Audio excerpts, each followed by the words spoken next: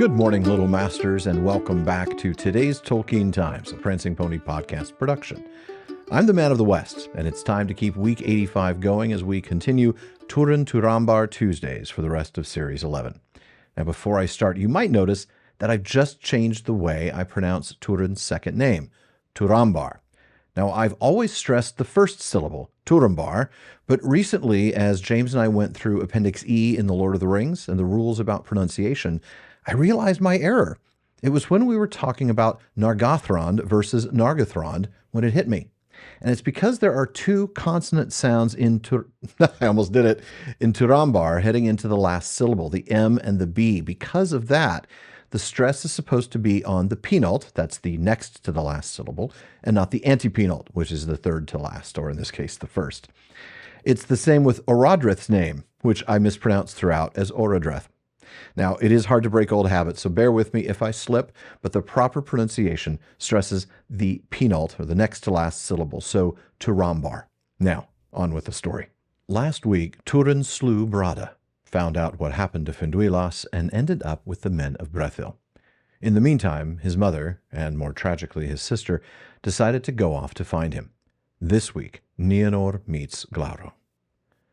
They came upon Morwen by the banks of Sirion, and Mablung besought her to return to Menegroth, but she was fey and would not be persuaded.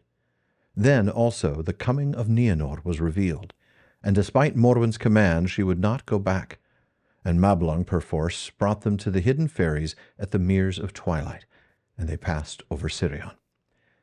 And after 3 days' journeying they came to Amon Ethir, the Hill of Spies, that long ago Felagund had caused to be raised with great labor, a league before the doors of Nargothrond. There Mablung set a guard of riders about Morwen and her daughter, and forbade them to go further. But he, seeing from the hill no sign of any enemy, went down with his scouts to the Narog as stealthily as they could go.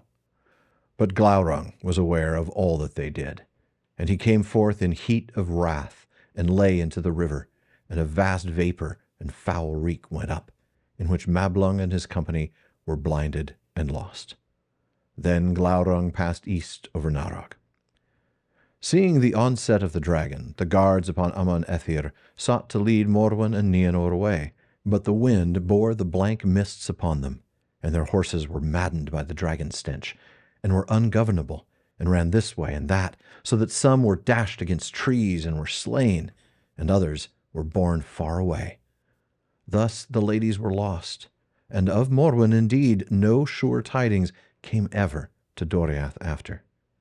But Níenor, being thrown by her steed, yet unhurt, made her way back to Amon Ethir, there to await Mablung, and came thus above the reek into the sunlight, and looking westward, she stared straight into the eyes of Glaurung, whose head lay upon the hilltop. Her will strove with him for a while, but he put forth his power, and having learned who she was, he constrained her to gaze into his eyes, and he laid a spell of utter darkness and forgetfulness upon her, so that she could remember nothing that had ever befallen her, nor her own name, nor the name of any other thing. And for many days she could neither hear, nor see, nor stir by her own will. Then Glaurung left her standing alone upon Amon Ethir, and went back to Nargothrond. Now Mablung, who greatly daring had explored the halls of Felagund when Glaurung left them, fled from them at the approach of the dragon, and returned to Amon Ethir. The sun sank, and night fell as he climbed the hill, and he found none there save Níenor, standing alone under the stars as an image of stone. No word she spoke or heard, but would follow if he took up her hand. Therefore in great grief he led her away, though it seemed to him vain, for they were both like to perish, succorless in the wild. But they were found by 3 of Mablung's companions, and slowly they journeyed northward and eastward towards the fences of the land of Doriath beyond Sirion, and the guarded bridge nigh to the inflowing of Escalduin. Slowly the strength of Níenor returned as they drew nearer to Doriath, but still she could not speak or hear, and walked blindly as she was led. But even as they drew near the fences, at last she closed her staring eyes and would sleep, And they laid her down, and rested also, unheedfully, for they were utterly outworn. There they were assailed by an orc band, such as now roamed often as nigh the fences of Doriath as they dared. But Níenor in that hour recovered hearing and sight, and being awakened by the cries of the orcs, she sprang up in terror and fled ere they could come to her. Then the orcs gave chase, and the elves after, and they overtook the orcs and slew them ere they could harm her. But Níenor escaped them, for she fled as in a madness of fear, swifter than a deer, and tore off all her clothing as she ran, until she was naked, and she passed out of their sight, running northward, and though they sought her long, they found her not, nor any trace of her. And at last Mablung, in despair, returned to Menegroth and told the tidings. Then Thingol and Melian were filled with grief, but Mablung went forth and sought long in vain for tidings of Morwen and Níenor. But Níenor ran on into the woods until she was spent, and then fell and slept and awoke. And it was a sunlit morning, and she rejoiced in light as it were a new thing, and all things else that she saw seemed new and strange, for she had no names for them. Nothing did she remember save a darkness that lay behind her, and a shadow of fear. Therefore she went warily as a hunted beast, and became famished, for she had no food, and knew not how to seek it. But coming at last to the crossings of Teglin, she passed over, seeking the shelter of the great trees of Brethil, for she was afraid, and it seemed to her that the darkness was overtaking her again, from which she had fled. But it was a great storm of thunder that came up from the south, and in terror she cast herself down upon the mound of Howthan Eleth, stopping her ears from the thunder. But the rain smote her and drenched her, and she lay like a wild beast that is dying.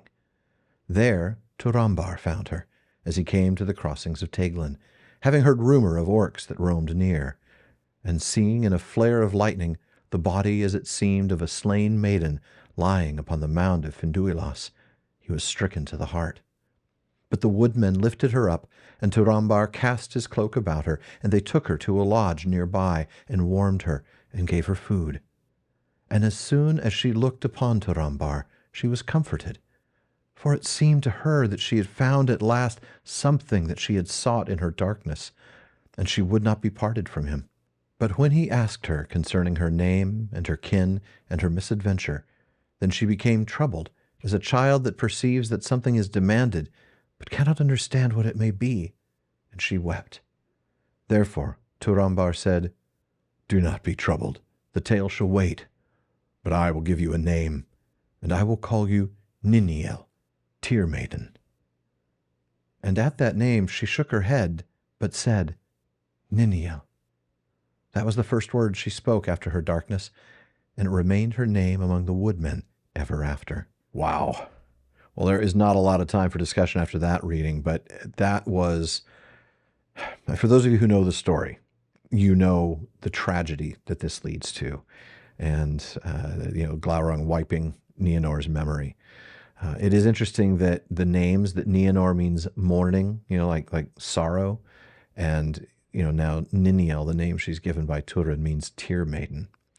Just thought that was an interesting connection, but it's close, but it's not quite. And we'll find out soon enough how things go from here. For now, though, folks, this wraps up this week's Túrin Turambar Tuesday. Be sure to join me again next week when Túrin and Níniel, well, let's just wait and see. In the meantime, please visit patreon.com/TolkienTimes to learn how you can join the Content Council, get an ad-free feed, and a bonus episode every week. And please join me again tomorrow on today's Tolkien Times for Word Nerd Wednesday. We'll take a look at some of the names in this reading. Podcast listeners, please be sure to subscribe to the TTT in your podcast apps. And for those on YouTube, subscribe to this channel for all of the PPP productions, including my new streaming project, The PPP Plays. And be sure you're following @PrancingPonyPod on all your social media. Finally, as Faramir says, go with the goodwill of all good men.